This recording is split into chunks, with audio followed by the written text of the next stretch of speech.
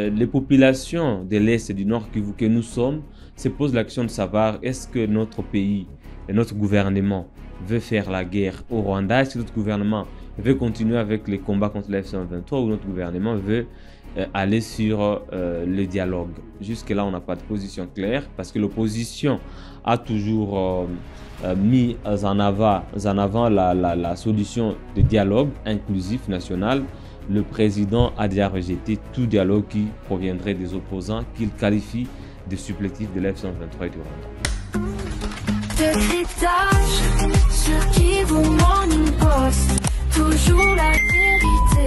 Les forces armées de la République démocratique du Congo ont enfin réagi à la conférence de presse tenue par le cadre de l'F-123. Le coordonnateur et son adjoint qui ont accusé les forces armées de la RDC de faire des bombardements dans des zones densément peuplées. Le FARDC sont clairs par rapport à cette question. Ils ont réagi à une attaque. Selon Sylvain Ekeng, dans une interview accordée à un confrère de la Deutsche Welle.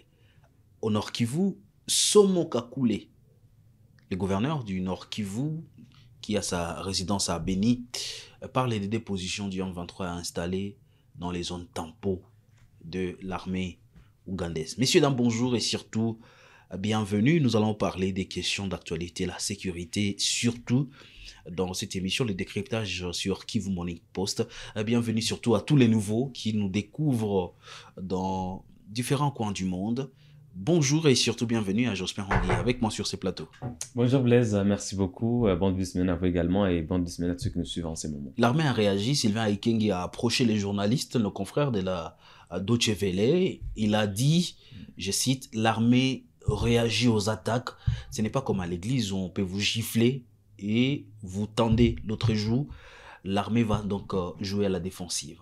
Voilà, l'opinion ne comprendra jamais qui attaque qui, parce que l'F-123 a toujours pointé du doigt les forces armées congolaises de commencer les attaques sur ces positions.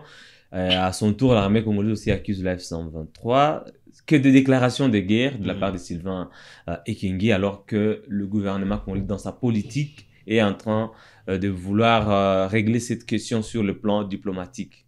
Il y a donc une contradiction entre l'armée congolaise et le gouvernement congolais. Et d'autre part, il y a une contradiction entre le gouvernement congolais qui a toujours pris parole à travers Patrick Mouyaya et le président Félix Tshisekedi. Ce que le président dit a toujours été différent de ce que Mouyaya dit. Et ce que Mouyaya dit est toujours différent de ce que Sylvain Ekenge dit. On va mettre cette nuance. Qu'est-ce qui se passe du côté gouvernement et du côté de l'armée? Selon le gouvernement, à travers Patrick Mouyaya, Doha évolue mieux. Le gouvernement congolais a toujours montré sa volonté de régler cette question sur le plan diplomatique. Selon l'armée congolaise, on est sur la guerre. Il n'y a pas de solution. La F-123 attaque, l'armée riposte. Selon Félix Tshisekedi, c'est plutôt Kagame, c'est le Rwanda. C'est plutôt Joseph Kabila qui est en train d'occuper Goma. Et on ne sait pas jusque-là la position officielle qui sera considérée comme la position maintenant de la République démocratique du Congo. Parce que les populations de l'Est et du Nord que nous sommes se posent la question de savoir est-ce que notre pays et notre gouvernement veut faire la guerre au Rwanda, est-ce que notre gouvernement veut continuer avec les combats contre la F-123 ou notre gouvernement veut aller sur le dialogue. Jusque-là, on n'a pas de position claire parce que l'opposition a toujours mis en avant la solution de dialogue inclusif national. Le président a déjà rejeté tout dialogue qui proviendrait des opposants qu'il qualifie de supplétif de l'F-123 et du Rwanda. Mais l'on sait, c'est sûr, parce que dans des villages, on l'a dit, il y a quand même bombardement. La responsabilité, on ne sait pas établir jusqu'en ces moments. La souffrance de la population, apparemment, ça n'attire personne. Bah, je ne sais pas, moi je pense qu'il y a toujours des raisons politiques autour de cette guerre, parce qu'on ne sait pas comprendre pourquoi depuis le début des négociations, des pourparlers, des Nairobi, des Luanda, aujourd'hui on est à Doha, on n'arrive pas à trouver une solution. Est-ce que l'F-123 demande trop? Est-ce que le gouvernement qui ne propose pas mieux sur la table de dialogue? C'est pourquoi moi j'ai toujours privilégié ces dialogues entre Congolais, parce qu'au moins là, on saura. On saura ce qui s'est dit ouvertement. Il n'y aura pas des casework, il n'y aura pas des secrets d'État. Parce qu'au moins là, on saura que c'est l'Église catholique qui claque la porte parce qu'il a constaté qu'il y a des demandes de l'F-123 qui ne racontent pas des valeurs républicaines ou alors qu'il y a des concessions que le gouvernement n'arrive pas à faire alors que c'est à l'intérieur du peuple congolais. Au moins là, quand il y aura de la société civile, quand il y aura les églises, les opposants, on saura qu'est-ce qui bloque l'avancée des pourparlers. Mais aussi longtemps que ça va rester à Doha, à Washington, le peuple ne saura pas réellement qu'est-ce qui se passe, qu'est-ce qui bloque, pourquoi infliger tant de souffrances aux populations de hauts plateaux, des Fizi, des Mwenga, des Minembwe, aux populations de Luke, des Mahanga, des Kassop aujourd'hui jusqu'à Nyabiondo. Pourquoi infliger tant de peine à ces populations continuer à perpétuer des bombardements? Parce que moi, je veux dire, je veux parler comme un Congolais aussi vivant dans l'Est, les zones qui ne font plus objet des combats, que ce soit occupés par les FARDC ou l'AF-123, les populations sont calmes. C'est comme à Goma aujourd'hui. Depuis janvier, depuis le combat de janvier, les populations commencent à respirer, à recouvrer la vie, à recouvrer leurs activités. Mais quand à Mahanga ça tire, depuis février, il n'y a pas d'école qui ouvre. Il n'y a pas d'hôpitaux, les populations vivent comme des animaux. Et moi, je me pose la question de savoir, est-ce que le gouvernement a intérêt que les populations continuent à mourir? Ou l'AF-123 de son côté aussi, je pense que toutes les parties combattent pour le bien de la population. Parce que dans tous ces communiqués, l'AF-123 a toujours parlé de la protection des populations. Le gouvernement congolais, mais moi aussi. Mais quand on continue les hostilités, on ne le fait pas pour le bien de la population. Parce que, moi je le répète encore, dans toutes les zones contrôlées par l'AF-123 ou par les FARDC, où il n'y a plus de combats, la population peut vivre. Donc, tout ce que la population veut, c'est la cessation d'abord des hostilités, que chaque parti maintienne ses positions et ses territoires occupés, le temps que les dialogues se poursuivent, d'abord qu'on cesse les hostilités, qu'on arrête les combats.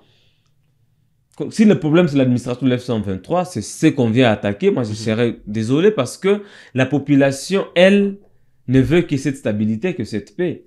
Et n'a pas demandé au gouvernement congolais de lancer l'hostilité, n'a pas demandé de quitter Goma. La population n'a pas demandé aussi à l'F-123 de venir à Goma ou à Bukavu, dans toutes les zones. Donc le mieux pour l'instant, Blaise, c'est la cessation d'abord des hostilités de tous les côtés, le temps que les discussions se poursuivent pour arriver maintenant à une solution définitive du conflit. Une autre révélation assez importante, c'est la sortie médiatique je vais dire des autorités du côté des Béni. L'A23 qui a installé des positions, mais dans une zone tampon avec l'Ouganda, alors que dans l'ancien temps, on parlait d'un accord de non-agression qui a été signé entre l'M23 et l'Ouganda. Est-ce qu'on peut dire que la partie Grand Nord aussi est en danger aujourd'hui?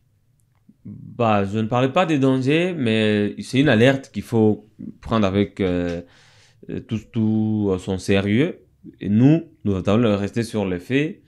Le gouverneur Kakule a souvent parlé de deux positions installées dans une zone censée être contrôlée par l'armée ougandaise, c'est-à-dire qu'il n'a pas accusé la F-123, il a accusé l'Ouganda.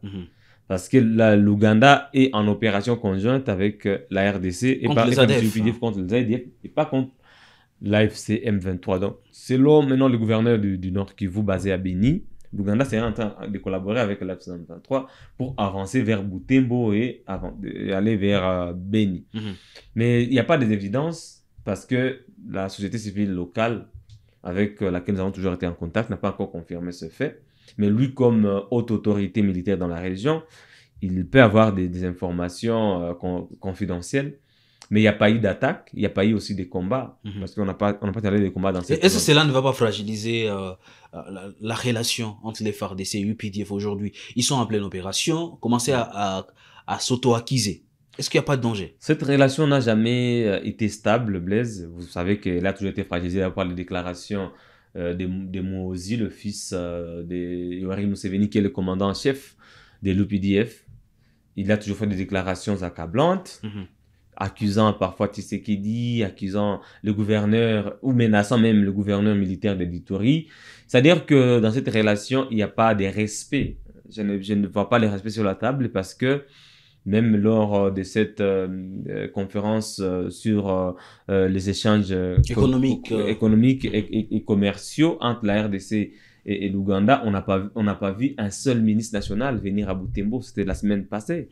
C'est quand même un manque de respect de voir qu'il y a un forum régional qui est organisé entre deux pays, mais on reste juste le gouvernement provincial représentant le pays, alors que le ministre au moins du commerce extérieur devait être là. Il est aussi du Grand Nord. Il est du Grand Nord, Julien Paluku, ou la ministre des Affaires étrangères, ou le ministre Anzuluni de la coopération régionale.